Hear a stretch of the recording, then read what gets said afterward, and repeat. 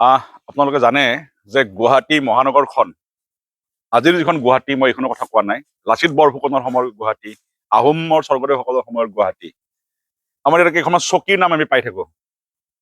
আমাৰ চকী যেনেকে মই কৈছিলো হাজিৰা চকী, যিখন চকীত 1822 চনত অসমৰ সূৰ্য, স্বাধীনতাৰ সূৰ্য অস্ত গৈছিল মানৰ হাতত প্ৰথমে। ঠিক তেনেকে এখন চকী আছিল, মই য'ত উপস্থিত আছো, কাজলী চকী। এখন এনেকুৱা ঐতিহাসিক চকী, এই বিষয়ে মই জনাবলৈ ইয়ালৈ আহিছো। আমাৰ মায়ঙৰ পৰা ইফালে সোমাই আহি এই কাজলী চকী, এইটো এটা নদী, আমি ভালকে আকৌ দেখাম লিংকটো। আৰু সেইফালে ব্ৰহ্মপুত্ৰ নদী আছে। এইটো এটা দুৰ্গ বুলি কৈছে। এইটোৰ ঐতিহ্যটো এইটোৱে যে কাজলী চকীত বহিয়ে লাচিত বৰফুকনে মোগলৰ হাতৰ পৰা মানে গুৱাহাটী মানে আমাৰ উদ্ধাৰ কৰাৰ যিটো ৰণকৌশল, এই পাহাৰৰ ওপৰত বহি লাচিত বৰফুকনে সেই সপোনটো দেখিছিল আৰু তেওঁ প্লেনিং কৰিছিল কেনেকে এই যুদ্ধখন আগবঢ়াই নিয়া হ'ব, কেনেকে মোগলক পৰাভূত কৰা হ'ব। সেই সপোন দেখিছিল লাচিত বৰফুকনে। আহক আমি সোমাই যাম, এই দুৰ্গত উঠি যাম, সিফালৰ পৰিৱেশটো গোটেই দেখাম, কেনেকে সেই তত্ত্বগধুৰ কাজলী চকী।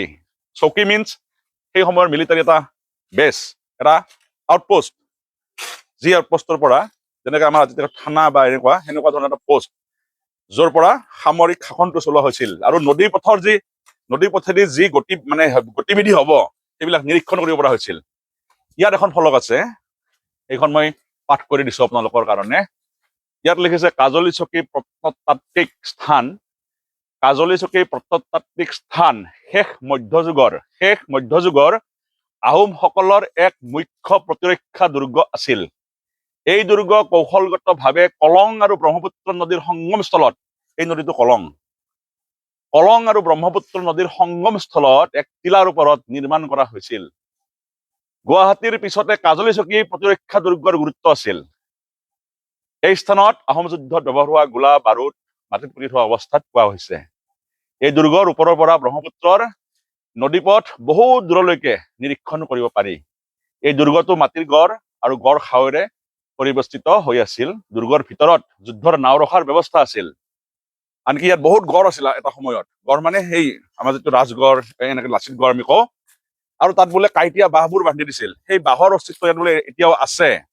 গড়বিলাক নাইকিয়া হৈছে মানুহৰ হেৰিত, কিন্তু সেই যে কাঁইটীয়া বাঁহবোৰ তেওঁলোকে বান্ধিছিল মানে যুদ্ধৰ কাৰণে কৌশলগতভাৱে, সেই কাঁইটীয়া বাঁহবোৰ এতিয়াও তাৰ অস্তিত্ব ইয়াত আছে। বাকীখিনি আপোনালোকক ওপৰৰ পৰা মই লৈ গৈ কিনে দেখাই আছো, আহক। আৰু এয়া সেই দুৰ্গৰ ওপৰ ভাগত আহি উপস্থিত হৈছো। সঁচাকে কেনেকুৱা এক পৰিৱেশ। এই দুৰ্গৰ পৰাই আকৌ এবাৰ কলো, লাচিত বৰফুকনে সপোন দেখিছিল মাতৃভূমিক উদ্ধাৰ কৰাৰ, যুদ্ধ জয় কৰাৰ, মোগলক পৰাস্ত কৰাৰ। আৰু ইয়াত এটা বস্তু দেখাও, কৈছে নহয় কলং আৰু ব্ৰহ্মপুত্ৰৰ সংগমস্থলীত এই চকী, নাম কাজলী চকী। এইফালে যে ওলাই গৈছে এই সৰু, সেইটো হ'ল কলং। সৰু বুলি এইকাৰণে কৈছো, ব্ৰহ্মপুত্ৰৰ তুলনাত সৰু। এয়া কলং, আৰু সেই ইয়াতে লগ লাগি গৈছে সংগমস্থল কলং আৰু ব্ৰহ্মপুত্ৰ নদীৰ। আৰু সঁচাকে যদি ইয়াৰ পৰা মই চাইছো, ইয়াৰ পৰা যদি ভালকে চোৱা যায়, বহু দূৰলৈ বছৰ বোলে সেয়া গুৱাহাটীৰ আমাৰ মাজত সেই টিলাটো হ'ব পাৰখন, বহুত দূৰলৈ ইয়াক নিৰীক্ষণ কৰিব পাৰি ইয়াৰ পৰা।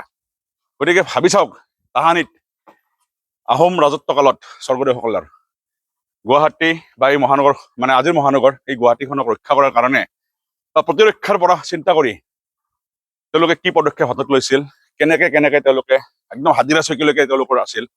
গতিকে সামৰিক বেছ এইটো, যিটো আজিৰ তাৰিখত যিটো মিলিটাৰী আমাৰ এৰেঞ্জমেণ্ট থাকে, এই স্থানৰ পৰা তেতিয়া লাচিত বৰফুকনৰ দিনত বা আহোম স্বৰ্গদেউৰ দিনত ৰাজত্ব কৰা কালত সকলোখিনি নিয়ন্ত্ৰণ কৰা হৈছিল।